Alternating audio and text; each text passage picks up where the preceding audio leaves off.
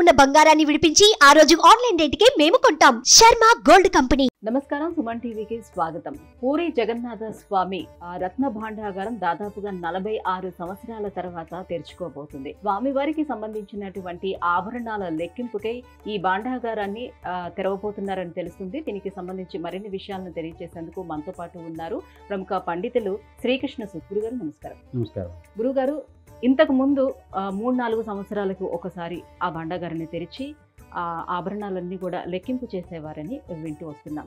అయితే దాదాపుగా 1978 నుంచి 46 సంవత్సరాల నుంచి అసలు ఆ భాండాగారాన్ని తెరవలేదు, ఆభరణాలను లెక్కించలేదని కూడా చెప్తున్నారు. ఎందుకని? అలాగే విష్ణుమూర్తి ఆలయాల్లోనే ఈ ఆభరణాలకు సంబంధించినటువంటి ఈ భాండాగారాలన్నీ ఎందుకు ఉంటున్నాయి? ఎత్ర యోగీశ్వర కృష్ణో ఎత్ర పార్థో ధనుర్ధర తత్ర శ్రీర్ విజయభూతి ధ్రువా నేతర్మతం మమ. ఇక్కడ ఎందుకు అనేది ప్రభుత్వ రీత్యా అనేక కారణాలు ఉండొచ్చు. ఎందుకంటే ఎందుకు ఇన్ని సంవత్సరాలు తెరవలేదు, అంతకుముందు ఎందుకు రోజు తెరిచేవాళ్ళు. ప్రభుత్వం కొత్తగా ప్రత్యేకంగా ప్రతి సంవత్సరం భగవంతుడికి సమర్పించే ఈ విలువైనటువంటి స్వర్ణ రూపంలో కానివ్వండి, రత్న రూపంలో కానివ్వండి ఏమైనా ఆభరణాలు భగవంతుడికి సమర్పిస్తున్నారా? అంతకుముందు ప్రతి సంవత్సరం ఉత్సవం పేరుతో జగన్నాథ రథయాత్ర జరిగినప్పుడు కానివ్వండి, అక్కడ సంబంధించిన టెంపుల్కి సంబంధించిన విశేషమైన ఉత్సవాలు జరిగినప్పుడు కానివ్వండి, ఎవరైతే పరిపాలకులు ఉన్నారో, రాజులు ఉన్నారో, భగవంతుడికి విశేషమైన సంపదలు సమర్పించి ఈ సంపద వచ్చే సంవత్సరానికి ఎంత పెరిగింది. ఇప్పుడు దేవాలయంలో వచ్చినట్టు భక్తుల కానుకలు కూడా ఎటు వెళ్తున్నాయో తెలియదు. ఈ పరిస్థితుల్లో భగవంతుడే ఆపాడు అనుకోవాలి మనం కొన్నిటిని. ఎందుకంటే కృష్ణుడి యొక్క మాయ చాలా విశేషంగా ఉంటుంది. పురి జగన్నాథుడు అంటున్నాం, మామూలుగా అయితే వాళ్ళు ఉన్న పరిస్థితుల్లో కృష్ణుడే అనుకుంటున్నాం. దాంట్లో కొన్ని మంది భావన ప్రకారం కృష్ణుడు హృదయం అటు తిరిగి ఇటు తిరిగి అలా సముద్ర ద్వారా ప్రయాణించి చివరికి వచ్చేసి పూరి క్షేత్రం చేరుకొని అక్కడ ఉంది. కృష్ణుడికి ముందు కూడా ఆ క్షేత్రానికి విశేషమైన ప్రాధాన్యత. కృష్ణుడు బలరాముడు ఒక రకంగా వచ్చేసేసి వాళ్ళను లక్ష్మీ సంబంధమైనటువంటి కథ ప్రకారం అక్కడ ఉన్న దాంట్లో ఏంటంటే వాళ్ళు ఒక స్త్రీని కొంత తక్కువగా చూశారని, నిమ్న జాతి స్త్రీని. కానీ వచ్చేసి బలరాముడు వల్ల ప్రత్యేకంగా అక్కడ వచ్చేసేసి వాళ్ళకు అవమానం జరిగిందని, దానికి లక్ష్మి ఆగ్రహించి ఆహారం కూడా దొరకని పరిస్థితికి వెళ్ళారని, మళ్ళీ ఆమెకు అనుగ్రహంతోనే వాళ్ళు అన్నీ పొందగలిగారని, అప్పుడు బలరాముడికి తెలియజేయడం కోసం ఇదంతా కృష్ణుడు ఆడే నాటకం అని, ఇలాంటి ప్రాంతీయ గాథలు కొన్ని విశేషంగా అక్కడ ప్రాచుర్యంలో ఉన్నాయి.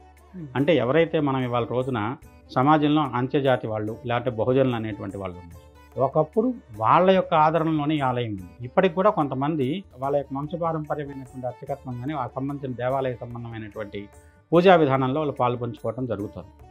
ఇదంటే భగవంతుడు చాలా రకాలైనటువంటి మాయలు చేస్తుంటాడు.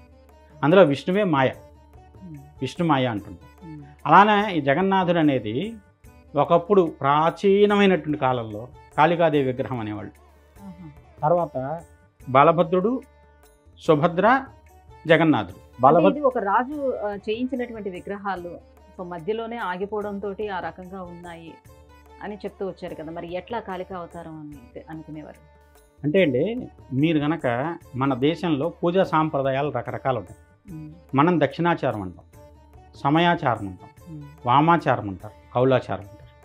ఈ రకమైనటువంటి ఆచార విధానాల్లో పూజలు భగవంతుని అర్చించడానికి ఉన్నాయి. మనం ఉన్నాం, పూలు ఇస్తాం భగవంతుడికి, నైవేద్యం పెడతాం. కొంతమంది పంచమాకారాలతో చేస్తారు. మీరు ఒరిస్సా కానివ్వండి, బెంగాల్ కానివ్వండి, బీహార్ కొంత ప్రాంతం, అస్సాం ప్రాంతం, ఇవన్నీ ఉంటుంది మంత్రాలు, తంత్రాలు, రకమైన వామాచార అర్చనలు, వీటి విధానంలో జరిగేటువంటి వాళ్ళ సాంప్రదాయాలు. కానీ దక్షిణాచారానికి వచ్చేసరికి మనకి పూజలు, పునస్కారాలు, ఇలాంటి అర్చనలు, ఇలాంటి దేవాలయాల్లో వచ్చే దీపాలు, ఈ రకమైనటువంటి విధానం మనకు జరుగుతుంది. దాంట్లో అది తప్ప ఇది గొప్ప అనేది తర్వాత అసలు దీంతో సంబంధం లేని విషయం. మనకి ఇక్కడికి వచ్చేసరికి ఆ క్షేత్రానికి సంబంధించిన దాంట్లో అతి ప్రాచీనమైనటువంటి ప్రాధాన్యత క్షేత్రానికి ఉందండి. భారతదేశాన్ని మీరు గమనిస్తే సరే, మిగతా అన్ని దేశాలు మాకు ఈ కాలంలో ఇక్కడ సృష్టి ప్రారంభమైంది, ఆఫ్రికాలో ప్రారంభమైంది, లేకుంటే వచ్చేసి యూరోప్లో ఇలా ప్రారంభమైంది, అమెరికా ఖండంలో దక్షిణ అమెరికాలో ఇలా ప్రారంభమైంది, రకరకాల కథలు చెప్తారు. మన దాని ప్రకారం కథ సహేతుకమైనటువంటి వివరణ ఉంది. నదులన్నిటిలోనూ మన భారతదేశంలో ప్రవహించిన నదుల్లో ఒకే ఒక్క నది బ్రహ్మపుత్ర. అది మగ పేరుతో ఉండేటువంటి నది, మిగతా అన్ని ఆడ పేరుతోనే ఉంటాయి. గంగా అన్న, యమున అన్న, కృష్ణ అన్న, కృష్ణవేణి, గోదావరి, ఇవన్నీ స్త్రీ రూపంగానే భావిస్తారు. అలా ప్రారంభమైనటువంటి బ్రహ్మపుత్ర అన్నది ఎక్కడ ప్రారంభమవుతుంది? అది కైలాస పర్వతం దగ్గర ప్రారంభమవుతుంది, మానస సరోవరంలో ప్రారంభమవుతుంది. అలా ప్రారంభమైన నది ఇటు మనకి సింధు ప్రాంతం నుంచి ప్రారంభమై వచ్చిన గంగా నదితో కలిసి ఈ రెండు కలిసి ఎక్కడైతే సంగమిస్తున్నాయో సముద్రంలో పై ప్రాంతంలో అమ్మవారి యొక్క యోని భాగం పడింది అని చెప్తున్నారు. అదే ఇవాళ కామాక్ష శక్తిపీఠం నీలాచల పర్వతం అంటున్నారు. అక్కడ సృష్టి ప్రారంభమైంది. ప్రారంభమైన సృష్టికర్త ఎవరు నడిపించాల్సిన బాధ్యత విష్ణువు మీద ఉంది. విష్ణువు యొక్క దశావతారాల్లో మొట్టమొదటి అవతారం మత్స్యావతారం. అదే పూరీక్షేత్రం. మత్స్యావతారం ఏదైతే ప్రారంభమైందో అది పూరీక్షేత్రం నుంచి ప్రారంభమైందని చెప్తారు. దీనికి మనందరికీ తెలిసిన ఒక కథ ఉంది, అంబరీష చక్రవర్తి కథ. ఆయన ఒరిస్సా ప్రాంతాన్ని పరిపాలించే చక్రవర్తి. ఆయన ఒకరోజు నిత్యం ఆయన ఏకాదశి వ్రతానికి ఆయన చాలా గొప్పగా చెప్తారు. అలాంటి ఆయన నిత్యం అర్ఘ్యం ఇస్తూ భగవంతుడికి ఉన్న సమయంలో ఒకరోజు అర్ఘ్యంలో చిన్న చాపపిల్ల వచ్చింది. దాన్ని వెంటనే వదిలేయబోతుంటే, నన్ను వదిలేస్తావా, నిన్ను నమ్ముకొని వచ్చాను, నువ్వు రాజు కదా, నన్ను కాపాడాల్సిన బాధ్యత లేదా అంటే ఆయన దీన్ని జాగ్రత్తగా ఒక పాత్రలో పెట్టాడు. తర్వాత రోజుకి ఆ పాత్ర నిండిపోయినంతగా పెరిగిపోతే ఒక దొట్లో లాంటి దాంట్లో పెట్టారు. అది కూడా పట్టణంత స్థాయికి వెళ్తే ఒక సరోవరంలో వేశాడు. తర్వాత రోజుకి ఆ సరోవరం కూడా పట్టనంతగా ఎదిగిపోతే దాన్ని తీసుకెళ్లి సముద్రంలో పెడుతున్నప్పుడు మత్స్య రూపంలో ఉన్నటువంటి మహావిష్ణువు కొంతకాలంలో సృష్టి ప్రళయకాలం వస్తుంది. కాబట్టి ప్రళయం వచ్చే సమయంలో తదనంతర సృష్టి మళ్ళీ కొనసాగడం కోసం ఒక ఈ ఔషధులు, సప్తఋషులు, వేదాలు, ఎందుకంటే మన దేశానికి జ్ఞానానికి ప్రాధాన్యం వేదాలు. కాబట్టి ఆ వేదాలవన్నీ తీసుకొని కొంతమంది సజ్జనులైనటువంటి వ్యక్తులను తీసుకొని వస్తే ఒక నావ వస్తుంది. ఆ నావలో ఎక్కించుకుంటే నేను వాళ్ళని కల్పం మళ్ళీ తిరిగి ప్రారంభమయ్యేంత వరకు సురక్షితంగా ఉంటాను అని చెప్తుంది ఆ సర్పం మహావిష్ణువు. అది పూరీ క్షేత్రం నుంచి ప్రారంభమైంది. అంత విశేషమైనటువంటి ప్రాచీనమైన క్షేత్రం పూరి. సరే, ఏదైతే నేను కల్పితంగా చెప్తున్నాను. మత్స్యావతారం తర్వాత కథ కూర్మావతారం. కూర్మావతారం శ్రీకూర్మం ఎక్కడ ఉందండి? దాని కొంచెం మన ఆంధ్రప్రదేశ్లోకి వస్తుంది, శ్రీకాకుళం. దాని తర్వాత అవతారం వరాహావతారం. అది కూడా సముద్ర తీరంలోనే ఉంది. వరాహావతారం ఎక్కడ ఉంది? సముద్రం నుంచి కొంచెం పక్కకు ఉంది. వరాహం ఉభయచరం. వరాహావతారం ఎక్కడ? సింహాచలం. నారసింహావతారం ఎక్కడ? అహోబిలం. నెమ్మదిగా సృష్టి కిందకి. తర్వాత వామనావతారం. కాంచీపురమే వామనావతారం విష్ణువు ఎత్తినటువంటి ప్రాంతం. అది మిగతా సప్తపుణ్యపురిలో కాంచీపురికి అంత ప్రాధాన్యత ఎత్తుంది. వామనావతారం అక్కడ ఉద్భవించింది కాబట్టి మీకు ఇప్పటికి వెళ్ళి చూస్తే ఎక్కడైతే అమ్మవారి ఆలయం ఉందో దానికి కొద్దిగా దూరంలోనే వామన స్వామి టెంపుల్ ఉంటుంది. బలిచక్రవర్తి అంటే ఎవరండి? ప్రహ్లాదుని మనవడే బలిచక్రవర్తి. ఆయన చేసిన తప్పు ఏంటంటే దేవమాత అతిథి కవచకుండలా తీసుకెళ్ళాడు. అది అవమానంగా భావించింది ఆమె. దానివల్ల ఇంద్రుడి వల్ల కాలేదు. ఉపేంద్రుడిగా ఎన్ని అడిగింది విష్ణు వెళ్ళి మౌన రూపంలో వెళ్ళి అడ్డించి తీసుకొచ్చేసేసి బలిచక్రవర్తి అహంకారాన్ని అనగదొక్కి పాతాళం. ఇవాళ పాతాళం ఎక్కడుంది? మనకి అమెరికా లోకమే పాతాళం. భూమి పైన ఉంటే భారతదేశం అంటే కింద ఉండేది అమెరికానే. అదే పాతాళ లోకం. మీరు గమనిస్తే ఒక సహేతుకమైనటువంటి ఆలోచన చేసి ఇవన్నీ యథార్థం. వామనావతారం తర్వాత మనిషి రూపంలో ఉన్నట్టు ఒక ఆటవికుడైన మనిషి ఎవరు? పరశురాముడు. ఇవాళ మీరు కేరళ వెళ్ళండి, పరశురామ క్షేత్రం అనే పిలుస్తున్నారు ఆ ప్రాంతాన్ని. ఎక్కడైతే కేరళలో ఉండేటువంటి ప్రాంతం సముద్ర ఉత్తర పశ్చిమ కనుమలకు అవతల భాగం మొత్తం సముద్రుడిని పరశురాముడు వచ్చి నాకు భూమి కావాలని అడిగితే నీకు ఎక్కువ ఇచ్చినా కష్టమే, తక్కువ ఇచ్చినా కష్టమే, నీకు ఎంత కావాలో తీసుకోమని అడుగు అని చెప్తున్నామా సముద్రుడు. చెప్తే వచ్చే ఆయన గొడ్డలు విసిరేసాడు. ఎక్కడైతే గొడ్డలు పడిందో అంతవరకు సముద్రం వెనక్కిపోయింది. ఆ వెనక్కి వెళ్ళిన ప్రాంతంలో ఉండేటువంటి ప్రాంతం ఇప్పుడంతా మనం పరశురామ క్షేత్రం అంటున్నాం. మనకు గోకర్ణ క్షేత్రం కానివ్వండి, మనకు ఉన్నటువంటి ఉడిపి క్షేత్రం కానివ్వండి, శృంగేరి క్షేత్రం కానివ్వండి, ఇవన్నీ పరశురామ క్షేత్రంలోవే. పరశురాముడు ఇప్పటికీ చిరంజీవి. ఎక్కడ ఉంటాడంటే మహేంద్ర పర్వతంలో ఉంటాడు. మహేంద్ర పర్వతం ఎక్కడుంది? ఆ పశ్చిమ కనుమల్లోనే ఉంది, ఆ ప్రాంతంలోనే ఉంది. ఎప్పటికీ ఆ ప్రాంతంలో మహేంద్ర పర్వతం మీద పరశురాముడు చిరంజీవిగా ఉన్నాడని చెప్తున్నారు. విష్ణుమూర్తి దశావతారాలు కంప్లీట్గా సముద్రాన్ని ఆనుకొని ఉన్నటువంటి ఇది ఇక్కడికి వచ్చింది. పరశురాముడు తర్వాత వచ్చిన రామావతారం. అయోధ్యలో పుట్టిన రాముడు విజయం అంతా సముద్ర తీరమే కదా. తమిళనాడు వచ్చేసేసి తమిళనాడు దాని ద్వారా వారధి నిర్మించి వారధి నుంచి శ్రీలంకకి వెళ్ళి శ్రీలంక నుంచి రావణాసురుడు సంహారం చేసి సీతను తీసుకొచ్చి మళ్ళీ అయోధ్యకి వెళ్ళాడు. తర్వాత మధురలో పుట్టిన కృష్ణుడు ద్వారకి ఎందుకు వచ్చాడు? జరాసంధుడు ఓడించలేక వచ్చాడా? తను చిన్న ఉపాయంతో భీముడి చేత సంహరించడం చేయగలిగినటువంటి కృష్ణుడు జరాసంధుడిని ఓడించలేడా? సరే, సంపటం తీసి పక్కన పెడితే ఇదంతా ఏంటంటే అదంతా ఒక విష్ణువు నిర్మించినటువంటి ఒక ప్రత్యేకమైనటువంటి ఈ భూమిని భారతదేశాన్ని ప్రత్యేకంగా కాపాడుకోవటం కోసం ఏర్పడుతున్నటువంటి విష్ణు చక్రవ్యూహమే ఈ దశావతారాలు. ఆ చక్రవ్యూహంలో భాగంగానే ఒక్కొక్క అవతారం భారతదేశాన్ని చుట్టూ. తర్వాత కలికి అవతారం ఎక్కడి నుంచి వస్తుంది? శంబలం నుంచి వస్తుందంట. మధ్యలో ఉన్నటువంటి బౌద్ధావతారం ఎక్కడ వచ్చింది? మనకి వాళ్ళ నేపాల్లో ఉన్నటువంటి లుంబినిలో బౌద్ధావతారం ఆవిర్భవించింది. శంబల ఎక్కడ ఉంది? భారతదేశానికి చివరిగా ఉండేటువంటి నేపాల్ దాటిన తర్వాత చైనా ఇండో చైనా బోర్డర్లో వచ్చేసేసి శంబలా నగరం వచ్చేసేసి హిమాలయాలో కైలాస పర్వతం యొక్క దగ్గర రహస్యంగా ఉంటుందంటారు. కైలాస పర్వతం దగ్గర నుంచి మనకి ఎన్నో నేను వెళ్ళి చూశాను. నాకు తెలుసు. ఎన్నరకోరాకి వెళ్ళి పరిక్రమకి వెళ్తే నాకు దారి కనబడుతుంది. కిందకి వెళ్తానికి భయం వేసింది. పడిపోతానేమో అక్కడికి వెళ్తే అని చెప్పి మాలో వెళ్ళినాడు, ఒక చనిపోయాడు. మాతో వచ్చిన షేర్పాలందరూ వచ్చేసి కాదు వెళ్ళిపోవాలని బలవంతంగా తీసుకొచ్చారు. నంది పరిక్రమ ఇన్నర్ కోరాకి వెళ్తే గణపతి పర్వతం పక్క నుంచి ఒక కిందకు దారి ఉంది. అది ఎట్లతో నాకు తెలియదు, కానీ కనపడుతుంది నాకు. ఇవన్నీ ఏంటంటే చెబితే ఏవో పొగిడి పురాణాలు చెబుతున్నారంటారు, కానీ సహేతుకమైన ఆలోచన చేయాలి. దీంట్లో ఏంటంటే మనకి వడ్డీయాన పీఠం అంటున్నారు అమ్మవారు. వడ్డానం ఏది? ఇప్పుడు మనకి ఏదైతే ఒరిస్సా గిరిజాదేవి ఏదైతే ఉందో, బిరజాదేవి అంటున్నారు, గిరిజాదేవి అంటున్నారు. ఓఢ్యానే గిరిజాదేవి. ఇక్కడ ఉన్నటువంటి వడ్డానం ఏదైతే ఉందో అది ఒరిస్సా ప్రాంతం. దాని కింద ప్రాంతం కాళ్ళు, నడుము ఇవన్నీ కింద ప్రాంతం మొత్తం యువతలకు వస్తుంది. నడుము ఏదైతే అవుతుంది దాని పై భాగం మొత్తం వచ్చేసి మనకి మిగతా శక్తిపీఠాలు మొత్తం ఒకటి మన అష్టాదశ శక్తిపీఠాలు చెబుతున్నాం. కొన్ని ప్రాంతాల్లో వచ్చేసి 51 శక్తిపీఠాలు చెబుతున్నాం, కొన్ని ప్రాంతాల్లో 120 శక్తిపీఠాలు, 160 శక్తిపీఠాలు, ఇలా రకరకాలైనటువంటి లెక్కలు ఉన్నాయి. కానీ వీటన్నిటిలోనూ ఉన్నది ఏంటంటే ఇదంతా ఒక రకమైనటువంటి రహస్యమైనటువంటి మనకి ఎవరూ కూడా ఛేదించలేనటువంటి ఒక రహస్యమైనటువంటి యంత్ర ప్రస్తారమే భారతదేశం. ఢాకా అంటున్నారు ఇవాళ. దాని పేరు ఏంటి అసలు? ఢాకాని ఎందుకు పెట్టారంటే ఢాకిని, హృదయ చక్రం పక్కన ఉండేది ఢాకిని శక్తి. ఢాకిని పేరుతో వచ్చిందే ఢాకా. ముల్తాన్ అంటున్నారు, పాకిస్తాన్లో ఉంది ఇవాళ. ముల్తాన్ అంటే మూలాధార పీఠమే ముల్తాన్.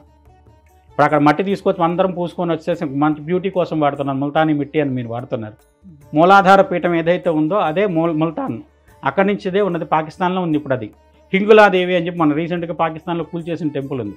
అంటే ఇప్పుడు మత్స్యావతారం తర్వాత పూరి జగన్నాథ స్వామి టెంపుల్ వచ్చిందని అంటున్నారు కదా, మరి అప్పుడు మరి శ్రీకృష్ణుడు, బలరాముడు, సుభద్ర ఎలా వచ్చింది ఆ విగ్రహం? జగన్నాథుడు అన్నది అందుకోసమేనండి. కృష్ణుడు టెంపుల్ అనలేదు మీకు అక్కడ. పూరిలో కృష్ణుడు టెంపుల్ కాదు, జగన్నాథుడు టెంపుల్. అంటే కృష్ణావతారం తర్వాత కృష్ణుడిలో హృదయం ఏదైతే ఉందో మళ్ళీ జగన్నాథుడికే చేరింది. అంటే ఎక్కడ ఉండాలో అక్కడికి చేరింది అది. మామూలుగా కృష్ణుడు వచ్చేసేసి విష్ణువు యొక్క అంశతో పుట్టిన అవతారం ముగించిన తర్వాత ఎక్కడికి వెళ్తాడు? తన మూలస్థానం ఎక్కడుందో అక్కడికి వెళ్ళాలి. పూరి ఆయనకు జగన్నాథుడు హృదయంలో ఉండాలి, కృష్ణుడు హృదయంలో ఉండాలి, జగన్నాథుడు హృదయం. మళ్ళీ అయితే కృష్ణుడిని వీడిపోయి జగన్నాథుడి దగ్గరికే చేరి ఆ హృదయంలో చేరింది.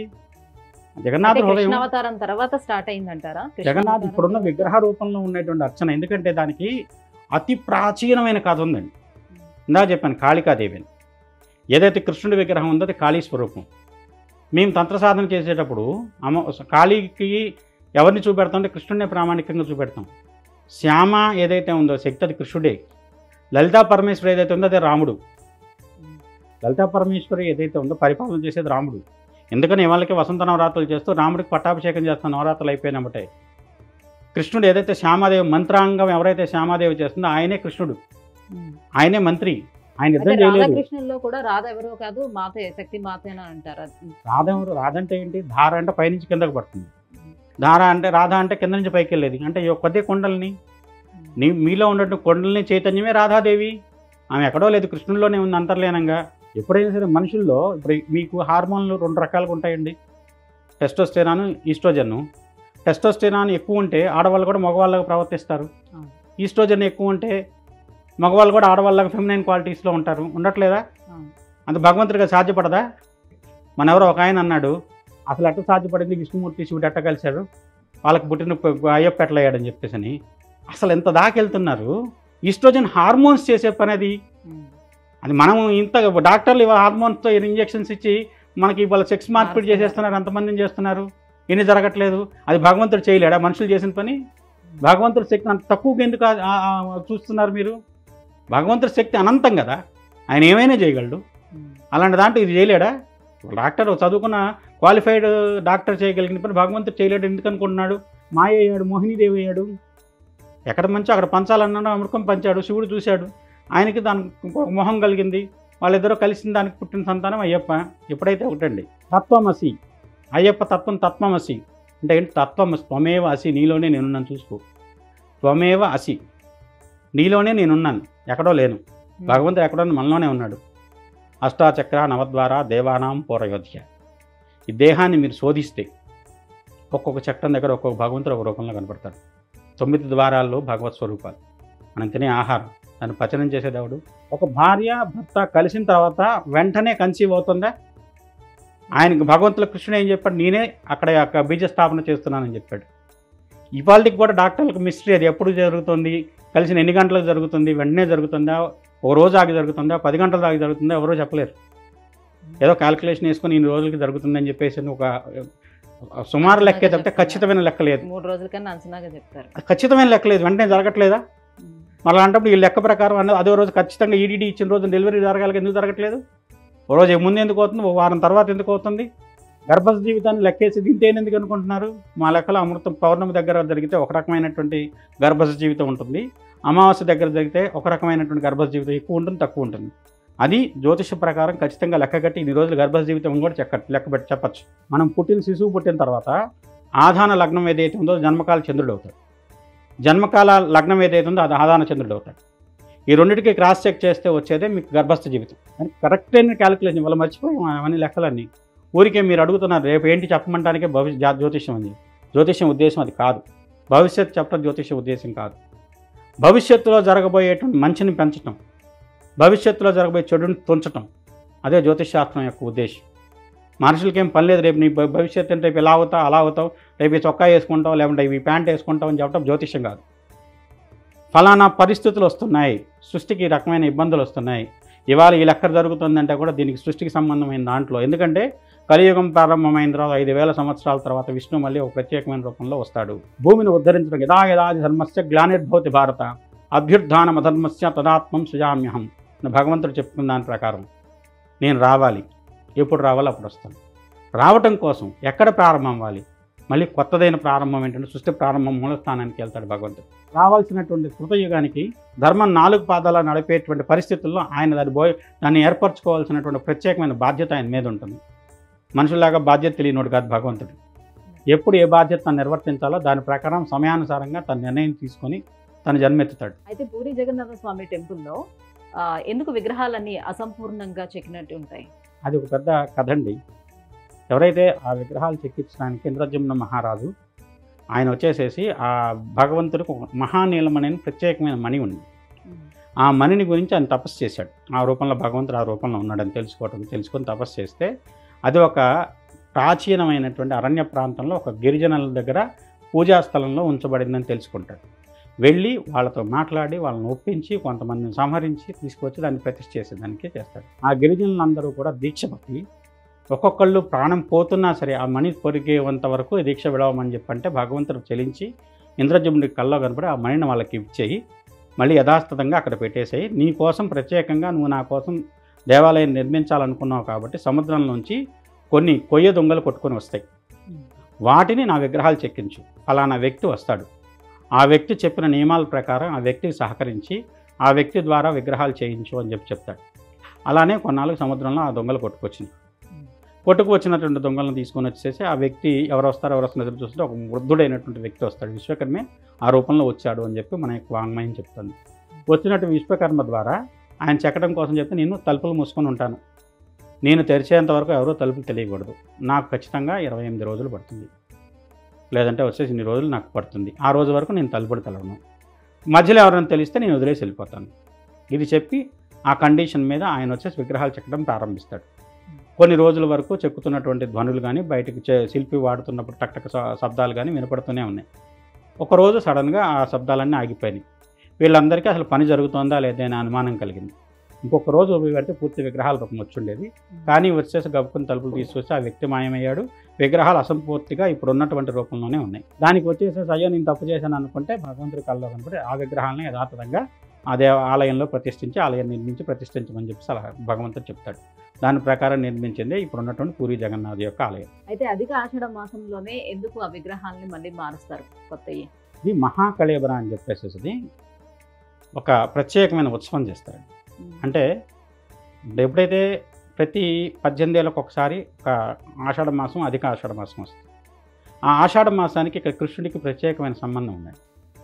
ఇప్పుడు దీంట్లో మీకు కొన్ని ప్రత్యేకమైన పండుగలు మనకి దక్షిణాయనానికి ముందు ఈ ఆషాఢ మాసంలోనే ప్రారంభం అవుతాయి. ఇక్కడి నుంచి దీక్ష ఎవరైతే సాధకులు ఉన్నారో సాధకులందరికీ కూడా ఇక్కడి నుంచి చాతుర్మాస వ్రతం చేస్తారు. కొంతమంది వచ్చేసి దక్షిణాయన పుణ్యకాలం నుంచి, కొంతమంది తొలి ఏకాదశి నుంచి ఇలా ప్రత్యేకంగా చేస్తూ ఉంటారు. అలాంటి సందర్భంలో వాళ్ళలో ఉన్నటువంటి ఒక రకమైనటువంటి భక్తి చైతన్యము లాంటి చైతన్య జ్యోతి ఏదైతే ఉందో దానికి ఒక రకమైనటువంటి చలనం కలగాలనే ఉద్దేశంతో సాక్షాత్తు జగన్నాథుడే బయటకు వచ్చి ఆ రథచక్రాల మీద బయటకు ఊరేగుతారు. ఊరేగింపు కూడా ఉద్దేశం అది. అలా తీసుకొచ్చినటువంటి విగ్రహాలను తీసుకొచ్చి మళ్ళీ చెక్కి దాంట్లో ఉండేటువంటి ఆ విగ్రహాల్లో ఏదైతే జగన్నాథుడి విగ్రహంలో ఉందో అది శ్రీకృష్ణుడి యొక్క హృదయం అని చెప్తారు. అదేంటంటే లోపల మనం చేతికి చాలా వేడిగా ఉంటుంది, దాన్ని గుడ్డ చుట్టుకొని చాలా జాగ్రత్తగా మళ్ళీ అతి తక్కువ సమయం చేతిలో ఉంచుకొని దాంట్లో అన్ని కళ్ళకు గంతలు కట్టుకొని జాగ్రత్తగా పెడతారు ఎవరైతే ఉన్నారో ఆ అర్చకులు కానీ వాళ్ళు కానీ.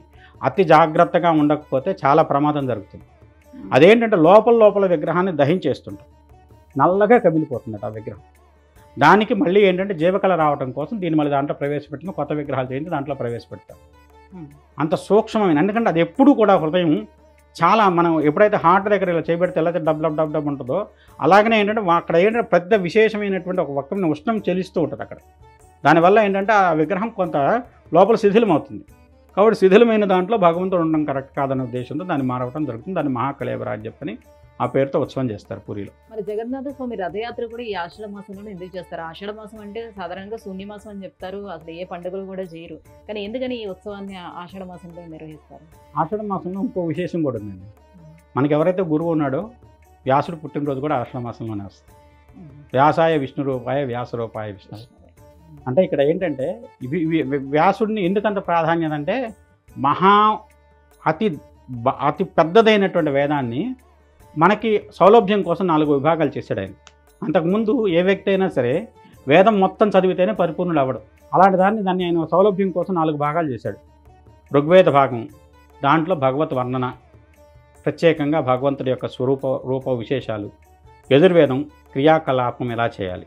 సామవేదం సంగీత ప్రాధాన్యం, లేదంటే రిథమిక్ సౌండ్స్ని ఎలా యూజ్ చేస్తే దైవానికి దగ్గర అవుతుంది. అలానే అధర్వవేదం మంత్రాలు, తంత్రాలు, విమాన నిర్మాణం, వాస్తుశాస్త్రం, విగ్రహ నిర్మాణం, దేవాలయ నిర్మాణం, ఇదంతా అధర్వణ శాస్త్రం దేవుడు. అలా దాని యొక్క స్వభావాన్ని బట్టి 4 విభాగాలు చేశాడు. అలా చేసిన ఆయనకు సంబంధించిన దాంట్లో వ్యాసుడు కృష్ణుడు వేరు కాదన్న ఉద్దేశంతో ఇందాక చెప్పాను, మనిషిలో ఉన్నటువంటి ఆత్మజ్యోతి నీలతో యథమధ్యస్థ దిద్యుల్లేఖ విభాస్వర నీవార శోకవర్తన్వి పీతాభాస్వత్యునుప్మ తస్యా శిఖాయా మధ్యే పరమాత్మ వ్యవస్థిత. పరమాత్ముడు ఎక్కడ ఉన్నాడు? నీలమనే నేను కదెందుకు ఇక్కడ హృదయ కుహర మధ్యంలో చిన్న జ్యోతిలాగా ఉంటాడు. ఆ పరమ జ్యోతి ఏదైతే పరమాత్మ ఉన్నాడో ఆయనకు చైతన్యత కలగాలి, ప్రతి హృదయంలో ఉంటాడు. అలాంటి పరమాత్మ ఎవరైతే ఉన్నారో ఆ పరమాత్మ తన యొక్క క్రియని బయటకు వచ్చి నేను మొత్తాన్ని మిమ్మల్ని కాపాడుతాను, మిమ్మల్ని అండదండతాడు. అది చాతుర్మాస్య వ్రతానికి ముందుగా జరిగేటువంటి భాగంగా భగవంతుడే బయటకు వచ్చి అందరికీ దర్శనం ఇస్తాడు. ఆ రోజున వచ్చేసేసి అసలు ఇంపార్టెంట్ తెలుసా, ఎక్కడి దాకా అయితే వెళ్తుందో శోకంబ ఆలయం అని చెప్పేసి అది ఇంద్రజమున మహారాజు గారి యొక్క భార్య అయినటువంటి ఆమె పేరు అది. ఆ ఆలయం వరకు వెళ్ళి మళ్ళీ తర్వాత దశమి తర్వాత ఆయన వెనక్కి తిరిగి వస్తాడు పౌర్ణమి లోపల. ఎందుకంటే మీరు ఒరిస్సా ప్రాంతంలో కనుక గమనిస్తున్నట్టయితే సాధకులు ఎక్కువ. భువనేశ్వరి పీఠం ఉంది, తర్వాత వచ్చి ఓఢ్యాన పీఠం ఉంది, గిరిజాదేవి. ఇవన్నీ ఏంటంటే మనకి ఇది మణిపూరక చక్రం, ఇది స్థితికి ఆధారమైన చక్రం, విష్ణు రూల్ అయినటువంటి చక్రం ఇది. అందుకనే ఆ చక్ర సమీపంలో విష్ణువు స్థితి క్షేత్రపాలకుడు కింద ఆయన ఉన్నట్టుగా భావించాలి పూరిని మనం. అమ్మవారి నడుము భాగంలో నాభి ప్రాంతం నుంచి సహస్రారం వరకు ఉన్నటువంటి శక్తిపీఠాలు ఇలా వచ్చాయి, మొత్తం శక్తిపీఠాలు అక్కడి నుంచి ఉన్నది. దాంట్లో ఏంటంటే అక్కడ ఆ పీఠానికి దగ్గరలో ఆయన ఉన్నదానికి కారణం ఏమిటి అంటే దానికి ఒక విష్ణువు యొక్క చక్రం అది. రుద్రగ్రంథి, బ్రహ్మగ్రంథి, విష్ణు గ్రంథి అని 3 గ్రంథులు. నాభి దగ్గర మూలాధారం దగ్గర నుంచి మొదలైనటువంటి కొండలని ఇక్కడికి వచ్చి సహస్రారంలో విచ్చుకుంటుంది. 3 గ్రంథులు, రుద్రగ్రంథి, బ్రహ్మగ్రంథి, విష్ణు గ్రంథి. బ్రహ్మ, విష్ణు, రుద్ర ఈ 3 స్థానాల్లోనూ 3 రకాలైనటువంటి మెలికలు ఇలా కలుస్తున్నటువంటి ప్లేస్లు గ్రంథులు అంటే. ఆ ప్రాంతంలో ఉన్నటువంటి శక్తిని అక్కడ ఏంటంటే భగవంతుడు ఒక రూపంలో ఉన్న దాన్ని అంటే స్థితికారకుడు, ఇది ప్రాణికారకుడు, ఇది వచ్చే జ్ఞానకారకుడు. ఈ జ్ఞానకారకుడు అంటే ఐడియల్ బాడీని ఫిజికల్ బాడీని సపరేట్ చేస్తాడు. మనం ఇది మెదడుతో ఆలోచిస్తున్నాం, శరీరంతో పని చేయాలి. ఈ చక్రం జంక్షన్, ఈ జంక్షన్ నుంచి మనం పని చేసేది ఆలోచించింది చేయగలుగుతున్నామా లేదా, చేయకపోతే ఒక రకమైనటువంటి డిస్టర్బెన్స్, ఒక అనీజీనెస్ మనం ఫేస్ చేస్తాం. అది తలనొప్పి రూపంలో రావచ్చు, మైగ్రేన్ రూపంలో రావచ్చు, రకరకాలుగా రావచ్చు. దాన్ని ఆ వచ్చేదాన్ని శరీరంలో ఉండేటువంటి ఈ రకమైన ఇన్బ్యాలెన్స్ని కరెక్ట్ చేయడం కోసం భగవంతుడు నేను ఈ క్షేత్రంలో ఈ రూపంలో ఉన్నాను. మనం ఇక్కడ చూడలేము, అక్కడికి వెళ్ళి చూస్తే ఇక్కడ ఉన్నటువంటి విష్ణువుని చూసిన ఫలితం కలుగుతుంది. ఆ క్షేత్రం దానికి మనకు ఒక రకమైనటువంటి భావ చైతన్యత కలుగుతుంది. తద్వారా వచ్చేసి విష్ణువుని సాక్షాత్కారం చేసుకోవచ్చు. గురుగారు, అయితే అనంత పద్మనాభ స్వామి ఈ టెంపుల్లో కూడా ఈ రత్న భాండాగారాన్ని ఏదైతే తెరిచారో ఆ తెరిచే సమయంలో చాలా మంది కూడా తెరిచిన వాళ్ళు అస్వస్థతకు గురయ్యి కొంతమంది చనిపోవడం కూడా జరిగింది కదా. సో మరి ఇప్పుడు ఈ పూరి జగన్నాథ స్వామి టెంపుల్లో కూడా ఇట్లా ఈ భాండాగారాన్ని తెరిస్తే అటువంటి సంఘటన జరిగే అవకాశం ఉంటుందా? ఎందుకని ఈ రత్న భాండాగారాలకి నాగబంధనం వేస్తారు? నాగుపాముకి ఈ బంగారానికి ఉన్నటువంటి సంబంధం ఏంటి? మన ధర్మం ప్రకారం పాతాళంలో నిధులు ఉంటాయి, నిధులకు కాపలాగా సర్పాలకు ఆధిపత్యం ఇవ్వబడింది. మామూలుగా కూడా ఏ నిధి అయినా సరే భూమిలో ఒక నిక్షిప్తమైన నిధిని పద్మనిధి, మహాపద్మనిధి ఇలా రకరకాల పేర్లు ఉంటాయి. ఆ పేర్లతో ఉన్న నిధులకు ఒక్కొక్క జాతి సర్పం కాపలా ఉంటుంది. అది ఖచ్చితంగా ఉంటుంది. దాన్ని ఏంటంటే మనం చేసేటప్పుడు కూడా నాగబంధం ఉంటుంది, అష్టనాగబంధం ఉంటుంది, నవనాగబంధం ఉంటుంది. దాని ప్రత్యేకమైన మంత్రాలు ఉంటాయి. అచలం చలమాక్రమ్యాక్రమ్య మహావజ్రకవచాస్త్రై రాజచోర సర్ప సింహ వ్యాఘ్రాగ్ని సర్వోపద్రవాన్ని నాశేనసి. ఇన్ని రకాలైనటువంటి ఉపద్రవాలు తర్వాత అటన్నిటిని నువ్వు అడ్డుకోవాలని చెప్పేసి బంధించేటప్పుడు విడదీసేటప్పుడు అదే మంత్రంతో మళ్ళీ రివర్స్లో విడదీసుకుంటూ వస్తాం. దానికి ఒక విధానం మందం వేయటానికి ఉంది, విడదీయటానికి ఉంది. అలానే దానికి ప్రత్యేకమైన నైవేద్యాలు ఉంటాయి. ఆ నైవేద్యం ఇస్తేనే ఆ బంధం విడిపోతుంది. ఇదన్నీ తంత్రశాస్త్ర రహస్యాలు. ఈ రహస్య మూలకంగా జరిగేటువంటి బంధాన్ని దేనికి, ఎందుకంటే ఎవరికి దక్కాలో వాళ్ళు దానికి చేరితే దాని సద్వినియోగం అవుతుంది. ఎవరో అనామకుడు వచ్చాడు, దోచుకొని వెళ్ళాడు, వాడి సంపదను దేనికి వాడతారు? విలాసాలకు, విందులకు, వ్యసనాలకు వాడతారు. అది సద్వినియోగం అయినట్టు కాదు. దైవం సంబంధించిన సొమ్ము దైవానికో లేకుంటే ఒక మనుష్య జాతికి ఉపయోగపడాలి, లేదంటే సృష్టికి ఉపయోగపడాలి. నా కన్స్ట్రక్టివ్ ఎనర్జీగా మారాలి. డిస్ట్రక్టివ్గాను లేదంటే ఒక రకమైనటువంటి వేస్ట్ఫుల్ ఎనర్జీగా అది కన్వర్ట్ అవ్వకూడదు. భగవంతుడి యొక్క ఉద్దేశం అందుకోసం ఏంటంటే దానికి కాపలాగా నిధులన్నిటికీ కూడా సర్పాలు, నాగులకు అధికారం. మీరు శివుడి దగ్గర ఉన్న శివనిధి అయినా కావచ్చు, లేదంటే విష్ణు సంబంధమైన నిధి అయినా కావచ్చు, దానికి కాపలాగా ఆ జాతి సర్పం ఉండి తీరుతుంది. గురుగారు, మరి నేను మొదట అడిగినట్టుగానే విష్ణు ఆలయాల్లోనే ఎందుకు మనకి రత్న భాండాగారాలు అనేవి దొరుకుతాయి? విష్ణు యొక్క భార్య ఎవరండి? లక్ష్మీదేవి. లక్ష్మీదేవి కదా ఐశ్వర్యం. మనకి ఐశ్వర్యం ఇచ్చిన ఆమె ఇవ్వాలి, విష్ణుమూర్తికైనా ఐశ్వర్యం ఆమె ఇవ్వాలి. లక్ష్మీదేవి వెళ్ళిపోయిన తర్వాత విష్ణుమూర్తి వెంకటేశ్వర స్వామి అయ్యాడు. ఇవాళకి అప్పుకు వడ్డీ కట్టుకుంటున్నాడు ఆయన. లక్ష్మీదేవి వదిలిన తర్వాత పెళ్లి చేసుకోవడానికి కుబేరుడి దగ్గర అప్పు చేసిన దానికి విష్ణుమూర్తి ఇవాళకి వెంకటేశ్వర రూపంలో వడ్డీ కాసులు మన అందరం చెల్లించిన దాన్ని తీసుకెళ్ళి ఆయన కుబేరుడికి వడ్డీ కడుతున్నాడు. అంటే లక్ష్మి లేకపోతే విష్ణువు అయినా సరే అప్పు చేయాల్సిందే, లేకుంటే ఆయన స్థితికి ఇబ్బంది పడాల్సిందే ఆర్థికంగా. మొదట్లో నేను కథ చెప్పాను. బలభద్రుడు అహంకరించి నేను రాజుని కాబట్టి నేను చెప్పినట్టు మీరు కూడా వినాల్సిందే, కృష్ణుణ్ణి అన్ను తర్వాత వచ్చేసి రుక్మిణిని ఇబ్బంది పెట్టిన దానికి, ఆ ఇబ్బంది పెట్టిన దానికి లక్ష్మీదేవి తెలిసి రావాలని చెప్పని వాళ్ళకి మెతుకు కూడా దొరకను. ఎందుకని ఇవాళ రోజున అక్కడ మహానైవేద్యం విశేషంగా 7 అంచుల వెంట దాని మీద వండుతారండి. పైన ఉన్నది మొట్టమొదటి ఉడుకుతుంది. కింద పెట్టిన పాత్ర కాకుండా 7వ అంతస్తులో ఉన్నటువంటి వంటకం ఏదైతే ఉందో తొడగా ఉడుకుతుంది. ఈ 365 రోజులు 24/7 వండుతూ జరుగుతుండే వంటశాలలో నిత్యం ఆహారం వితరణ జరుగుతూనే ఉంటుంది. భక్తులందరికీ దాన్ని ప్రసాదంగా పంచుతూనే ఉంటారు. అంటే అక్షయమైనటువంటి వంటశాల అది. అంత విశేషంగా అన్నదానం అక్కడ జరుగుతూ ఉంటుంది. ఇదంతా ఏంటంటే ఆ రోజున భగవంతుడు నిర్ణయించిన ప్రకారం జరుగుతుంది. ఎప్పటి నుంచి జరుగుతుంది అంటే మధ్యలో కొన్ని ఆటంకాలు వచ్చినాయి కానివ్వండి, కానీ అది కంటిన్యూస్గా ఇంద్రజిత్ మహారాజు తర్వాత గంగచోళ రాజులు దాన్ని మళ్ళీ టెంపుల్ డెవలప్మెంట్ చేశారు. తర్వాత వచ్చేసి వాళ్ళ వంశంలో 3వ 4వ రాజు అనే అతను మొత్తం ఇప్పుడున్న స్ట్రక్చర్ ఇచ్చాడు. 1170, 1180 ప్రాంతంలో జరిగినటువంటి కన్స్ట్రక్షన్ ఇప్పుడు. దాని తర్వాత గజపతుల చేతికి వచ్చింది. ఇవాళకి కూడా గజపతుల రాజపతినిధి ఎవరైతే ఉన్నా వాళ్ళు వెళ్ళి బంగారు చీకులతో రథయాత్రకు ముందు అదంతా ఊడ్చి రథాన్ని కస్తూరి పల్లాపు జల్లి పంపిస్తారు, రథాన్ని సాగదీస్తారు, మొదలు పెడతారు. అంత విశేషమైనటువంటి దాంట్లో ఇప్పటికీ కూడా ఆ సాంప్రదాయం అలా పరంపరగా కొనసాగుతూనే ఉంది. ఇదంతా భగవంతుడి యొక్క ఇప్పుడు కొన్ని సంవత్సరాల క్రితం జరిగిన వాటిని మనం మర్చిపోతున్నాం. కొన్ని వేల సంవత్సరాల నుంచి ఒక సాంప్రదాయము లేదంటే కొన్ని తరాలుగా నడుస్తుంది అంటే అది భగవంతుడి యొక్క ప్రమేయం లేకుండా ఎలా జరుగుతుంది? ఇన్ని వేల సంవత్సరాలు బట్టి. అందువల్ల ఏంటంటే లక్ష్మి ఆయన ధర్మపత్ని, ఆయనకి కావాల్సిన ఇప్పుడు బద్రీనాథ్ వెళ్ళండి, బద్రీ క్షేత్రంలో వంటశాల మొత్తం ఆ ఆధీనంలో ఉంటుందంటారు. ఇప్పుడు మీరు తిరుపతి వెళ్ళండి, ప్రత్యేకంగా వంటశాలలో వెళ్తే ఒకళ్ళు మాత్రం కూర్చోబెడతాను, కుమారుడికి ఆమె వండి పెడుతుందని చెప్పేసి. ఇవన్నీ ఏంటంటే ఒక్కొక్క ప్రాంతంలో ఒక్కొక్కళ్ళ ఆధీనంలో సంపదలు ఉన్నాయి. కేరళలో ఉన్న అనంతపద్మనాభ స్వామి ఆలయంలో కానీ, ఇక్కడ ఈ ఆలయంలో కానీ, కొల్హాపూర్లో ఉన్నటువంటి మహాలక్ష్మి ఆలయంలో కానివ్వండి. అలానే ఈశ్వర తత్వం ఏంటో తెలుసండి. ఈశ్వరుడి మీద మీరు నీళ్లు పోశారు, అభిషేకం చేసి నీళ్ళన్నీ ఉత్తరంగానే వెళ్తాయి. ఈశ్వరుడికి ఐశ్వర్య ప్రదాత, ఐశ్వర్యం ఇంకోళ్ళకి ఇస్తాడు. ఈశ్వరుడు అంటే ఎవరు అంటే స్త్రీ రూపంలో చూస్తే మహాలక్ష్మి. మహాలక్ష్మి అష్టోత్తరం శివశబ్దం ఉంటుంది. శివుడికి అభిషేకం చేసిన శ్రీ సూక్తంతో కూడా అభిషేకం చేయమని చెప్తాం. ఎందుకంటే ఐశ్వర్య ప్రదాత ఆయన. మహాలక్ష్మికి కూడా ఐశ్వర్య దేవతగా చేసిందే ఆయన. 1000 మామిడి పండ్లతో మహాలక్ష్మి శివుడు అర్చన చేస్తుంది. 2 మామిడి పండ్లను మాయం చేశాడు ఆయన శివుడు. చేస్తే 2 స్థానాలు కోసి శివుడికి మామిడి పండు కింద అర్పించింది ఆమె. పూజ పూర్తి అవ్వాల్సిందే అని చెప్పి మధ్యలో లేవడం ఇష్టం లేక 2 స్థానాలను కూడా కోసి ఆమెకి భగవంతుడికి అర్పణ చేసింది. అర్పణ చేసిన భక్తికి మెచ్చి ఆమె ఐశ్వర్యానికి అధిదేవతను చేశాడు. కుబేరుని సంపదలకు అధిపతులు చేసింది ఆయనే. అంటే ఇక్కడ ఏంటంటే శివుడే ఇస్తున్నాడు అందరికీ. లక్ష్మికి ఇచ్చినా కుబేరుడికి ఇచ్చినా. అందువల్ల ఆయన దగ్గర ఉంచుకోడు. ఆయన కావాల్సి వస్తే భిక్షమెత్తుకొని తిరుగుతాడు. ఆ స్థితిలో శివుడి తత్వం. విష్ణుతత్వం అలా కాదు. ఎవరిదైనా సరే ఈ సృష్టిని కట్టడం కాపాడాలి కాబట్టి నిధులు నిక్షేపాలు లాంటి ఇంకో అన్నీ కూడా సంపదలన్నీ తన చుట్టూనే ఉంచుకున్నాడు భగవంతుడు. ఎందుకంటే అవసరం వచ్చిన రోజు వాడాల్సిన బాధ్యత అయింది. ఎవరికి ఏది ఇవ్వాలో చూసి ఇవ్వాలి. చివరికి లయం చేసేటప్పుడు పరమేశ్వరుడు వాళ్ళ యొక్క అర్హతను బట్టి వాళ్ళకి మోక్షం ఇవ్వాలా లేదంటే మళ్ళీ జన్మ ఇవ్వాలనేది ఆయన నిర్ణయిస్తాడు. తత్వం ఏమిటంటే భగవత్ తత్వంలో ఇవి మూడు ఒకటే స్వరూపాలు. బ్రహ్మ విష్ణు రుద్రులు ఒకటే స్వరూపం. కానీ అంటే వాళ్ళ యొక్క వర్క్ను బట్టి వాళ్ళ డివిజన్ అయింది. భగవంతుడే చెప్పాడు, చాతుర్వర్ణం మయా సృష్టం గుణకర్మ విభాగచ బ్రాహ్మణోత్సవమాసీత్ బాహురాజన్యకృత ఊరు తద్వైశ్య పద్భ్యాముద్రోజాయత. అంటే ఈ యొక్క మనం చేసే వృత్తిని బట్టి భగవత్ నిర్ణయం ప్రకారం ఇలా జరిగింది. దాని తర్వాత సబ్ క్యాస్ట్లు వచ్చినాయి, ఇంకోటి అయింది. అది ఒక స్టేజ్లో ఆగున్నట్టయితే దాని ఎప్పుడు ఎవరికి ఇబ్బంది ఉండేది కాదు. అది ఒక రకమైన విశృంఖలత. ఎందుకంటే మనిషి తన ఆధీనంలో భగవంతుడినే మన రూపంలోకి మార్చేసిన వాళ్ళం మనం. భగవంతుడి నిర్ణయాన్ని మనం ఏమైనా ఒబే చేసి ఆపుతున్నామా? అందాకెందుకండి భగవంతుడి నిర్ణయం ఇది అనుకున్నాను తెలిసింది కూడా.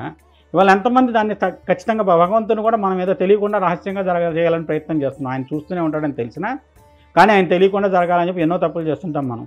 దాంతో ఇవన్నీ జరిగే ఇన్ని మానవ మాయలు ఎన్ని ఉంటాయి.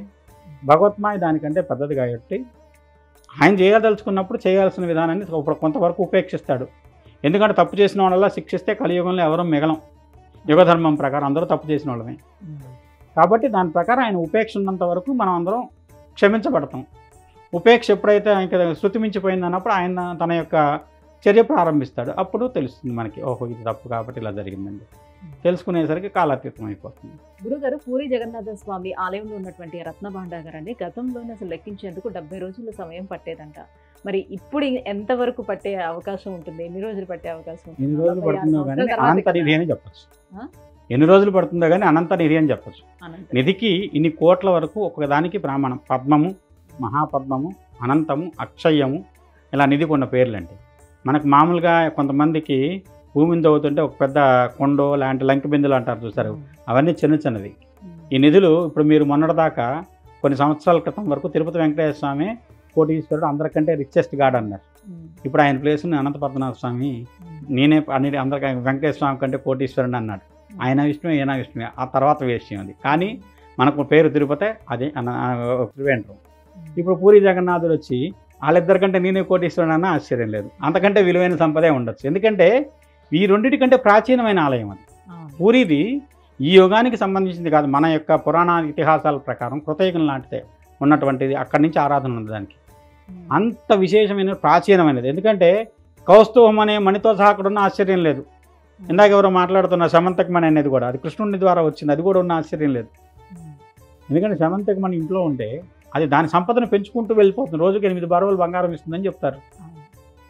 బారువు అంటే వాళ్ళు కొన్ని వందల కేజీలు, అంత బంగారాన్ని ఏం చేసుకుంటారు?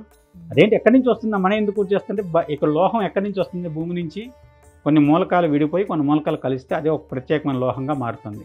కొన్ని ప్రాంతాల్లో అవి నిధి నిక్షేపాల రూపంలో. నిక్షేపం అంటే ఏంటి? ఇప్పుడు చాలామంది అంతకుముందు నిధి యోగం ఉంది, పెద్ద సంపద దొరుకుతుంది అన్నారు.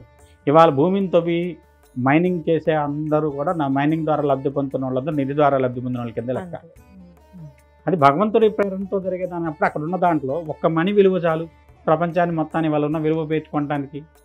అంతకంటే ఇప్పుడు మహానీలమణి ఉంది అని అన్నాను కదా, ఆ రోజుల్లోనే కొన్ని 100 కోట్ల విలువైన మణి. దాని గురించి ఇంద్రజమున మహారాజు అంత గొప్ప రాజు కూడా దాని గురించి తపస్సు చేసి మరి అది ఎక్కడుందో తెలుసుకోవడం కోసం తపస్సు చేశాడంటే దాని విలువ ఎంత ఉంటుందో అర్థం చేసుకోండి. ఉండొచ్చు, ఎందుకంటే దాన్ని మనం గుర్తించకపోవచ్చు కానివ్వండి, ఉండొచ్చు. భగవంతుడు ఒక్కోసారి తను చెప్పదలుచుకున్నప్పుడు ఇది నా దగ్గర ఉందని చూపెడతాడు మనకి కొన్ని సందర్భాల్లో. ఎందుకంటే అనంత పద్మనాభ స్వామి ఎన్నేళ్ల బట్టి లోపల నిగూఢంగా ఉంది. అక్కడ అంత పెద్ద అయినటువంటి అనంత శయనంలో ఉన్నటువంటి స్వర్ణమయమైనటువంటి విగ్రహాన్ని మనం చూసాం.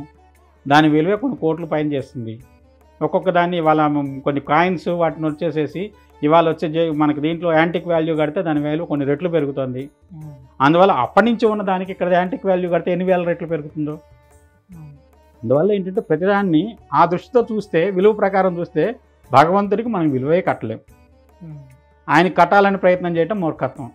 సూర్యుని చూసి పైకి చూసి ఉమ్మేస్తే మన మీద పడుతుంది. అలానే భగవంతుడి సంపద ఎంత అంటే లక్ష్మీనే ఆయన భార్య అయినప్పుడు దాన్ని కూడా ఆయన సంపదలో లక్ష్మీదేవిగా భాగమైనప్పుడు ఇదంతా ఇంకా దీంట్లో ఆకాశంలో నీరు చొక్కంత, సముద్రంలో నీరు చొక్కంత. కాబట్టి దీన్ని విలువ కట్టడం అనేది మన యొక్క మూర్ఖత్వం. కానీ అత్యంత విలువైన సంపద పూరి క్షేత్రంలో ఉంది. గురుగారు, జగన్నాథ స్వామి ఆలయ వైభవం గురించి, అలాగే ఆ స్వామి సన్నిధిలో ఉన్నటువంటి ఆ రత్న భాండాగారం గురించి ఇంత చక్కగా వివరించారు. ధన్యవాదాలు. సుమన్ టీవీలో మీ పర్సనల్ అండ్ బిజినెస్ ప్రమోషన్స్ కోసం కింది నెంబర్కి కాంటాక్ట్ చేయండి.